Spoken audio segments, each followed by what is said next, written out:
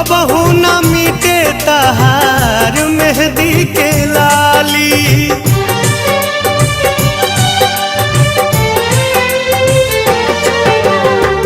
रोज रोज मनो तहार होली दिवाली, कबहू न मिटे तहार मेहंदी के लाली, कबहू न मिटे तहार मेहंदी के लाली। कही हाँ मेहंदी जो मधेश पड़ी, कही हाँ मेहंदी जो मधेश पड़ी, हमरा खून से फेरू सजइहा, पानी जा जाए बदरा।